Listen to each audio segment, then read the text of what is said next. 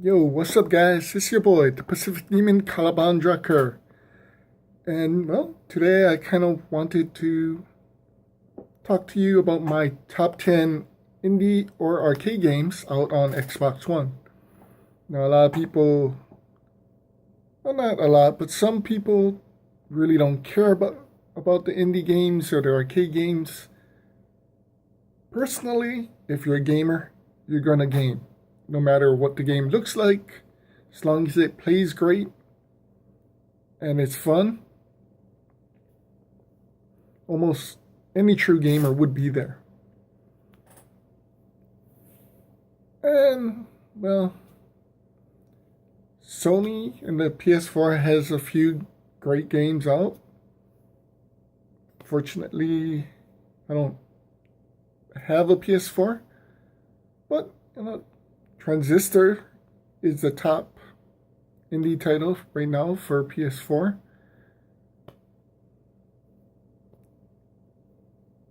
It's there's a few games out there that's worth it. There's a lot of games coming out for Xbox One, but there's actually quite a few that's already out.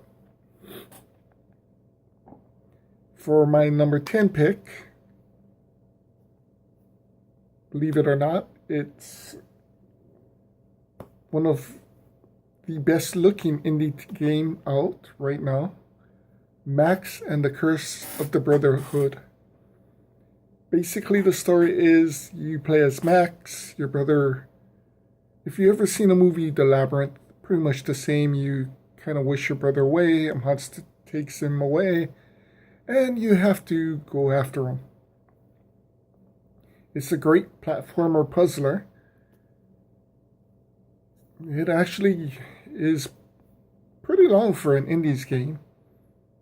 You actually have to use your head and use a magic marker to create things.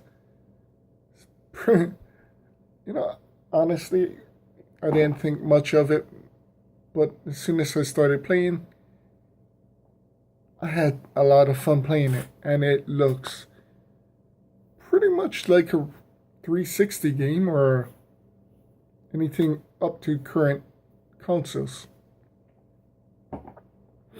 Number 9, Pierre Solar and the Architects. It's basically an RPG game. The graphics kind of reminds me of a Super Nintendo. Gameplay wise, it's a lot of people kind of diss the game. But if you've ever played RPGs on Super Nintendo or Genesis, the gameplay is really similar. It's, how should I put this? It's a bit laggy. So I don't know, for me, it sent me back to the old days.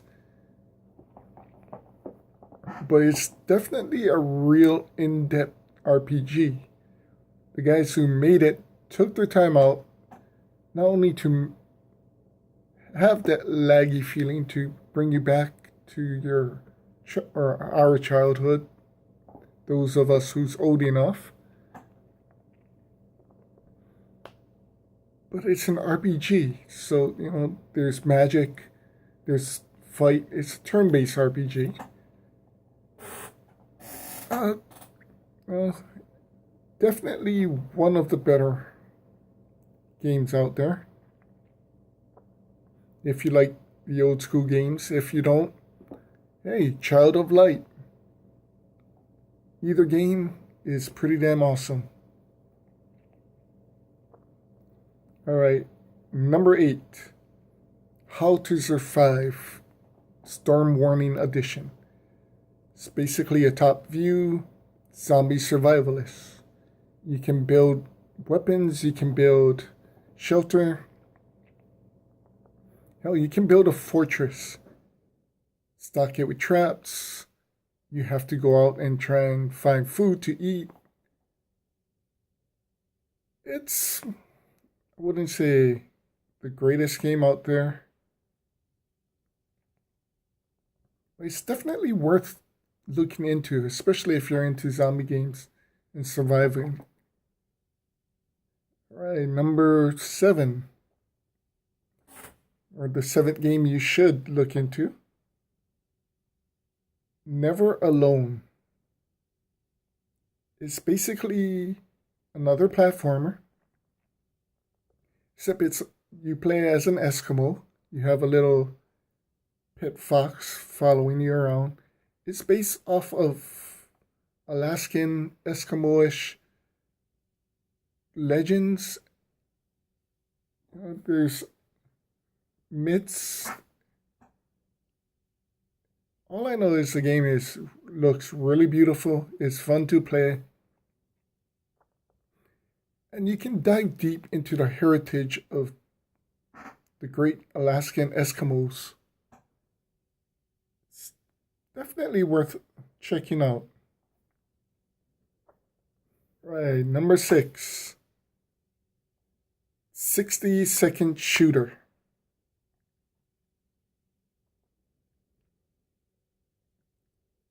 Now, a lot of you are kind of like probably thinking, what the hell is that? The best way I can explain this to you is a very fast paced asteroids game. You're put into this, what looks like a tempest. If you ever played Tempest. And you basically have to shoot and earn power-ups within 60 seconds. The higher your score, of course, the more enemies you kill and shoot, and more things you get, the higher your score, better you do. The thing is, you only have 60 seconds. Now, if you have nothing better to do, you get hooked on this game. It's seriously that scary that you can get hooked on this game. I looked at it, bought it, figured what the hell, it looks like an Atari game. It's faster than an Atari game, but it has the same gameplay, same structure, but it's pretty addicting, I have to admit. Alright guys, my number 5, Zombie Driver. This game came out from Microsoft. It was on the 360. It's basically a top view. You drive a car through a city trying to find survivors, trying to do missions. You have machine guns, rocket launchers, boosts, flamethrowers. You can actually upgrade your cars as well. If you just want something chaotic and fun, just like the 60-second shooter, this game is for you. I mean, you can actually drift into a horde of zombies. It's crazy. Alright, number 4, I guess, right? Number 4. Volgarr, the Viking. Well, when I first seen it, I was blown away. It brings me back to the old school arcade games like Kadash, Gauntlet, Rampage. It's definitely fun. It's a side-scrolling adventure platformer game. You play Volgarr and you basically I'd say compare it to Ghosts and Goblins, Ghouls and Ghosts. Pretty much the same thing, except it's a Viking. And the enemies are pretty hard. Alright, number 3.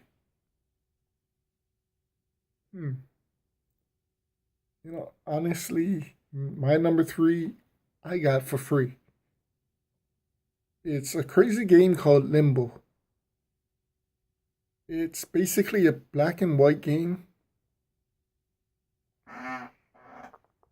but it's a side-scrolling platform puzzle game, like most indie games are out.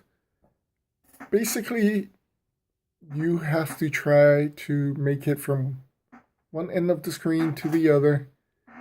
You're fighting giant monsters or spiders. It's pretty complicated.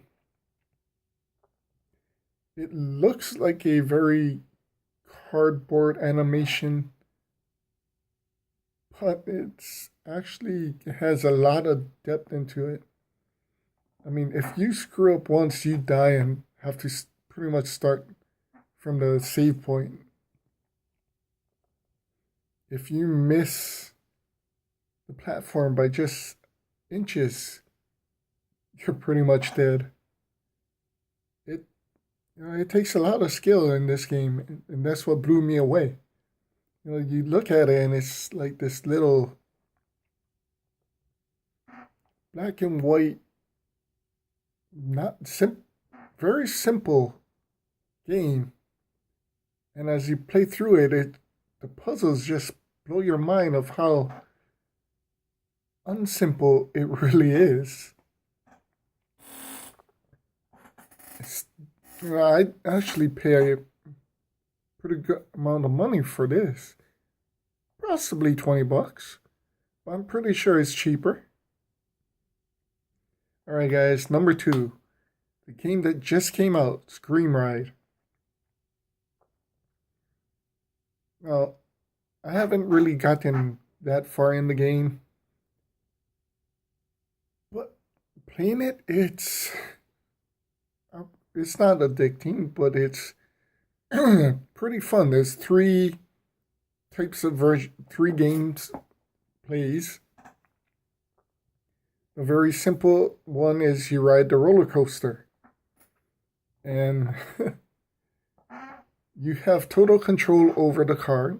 You can make it go faster, brake, lean right, lean left, turbo boost. The whole point is to make the four people in the car scream their ass off. Or what I had the most fun in the game is trying to make them throw up or actually flying them out of the cart.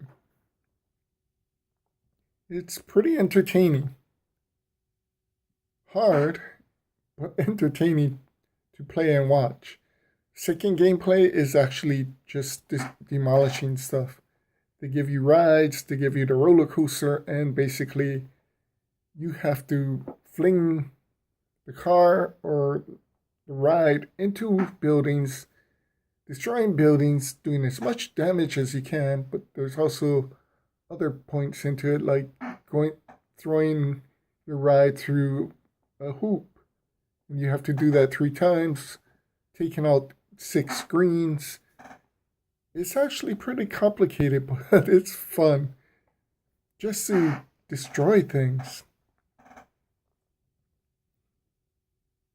The third part is the hardest part, and that's actually building a roller coaster or a theme park, kind of. You can actually, I believe, ride it. I haven't seen it yet, but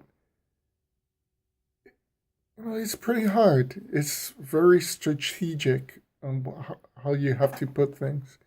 It's made from the same guys who made Zoo Tycoon and the Roller Coaster Tycoons. It's definitely a trip and pretty fun.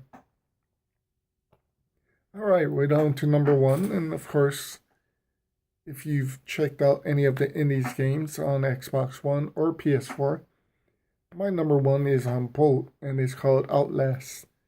It's a pretty good horror game. Think simple yet harder Resident Evil. A lot of the game will make you jump. It's not as difficult as a lot of the horror games is, but it's still up there in difficulty. The setting is perfect. You're in an asylum. The music complements the whole graphics of it. It's definitely worth checking out. I guarantee you guys will either jump out of your pants or at least love it and be entertained by it. Well, that's my top 10. Let me hear what you guys think of your favorite games, both in Xbox One or PS4, for indies or arcades. Have a good night. Take care. Check you guys later.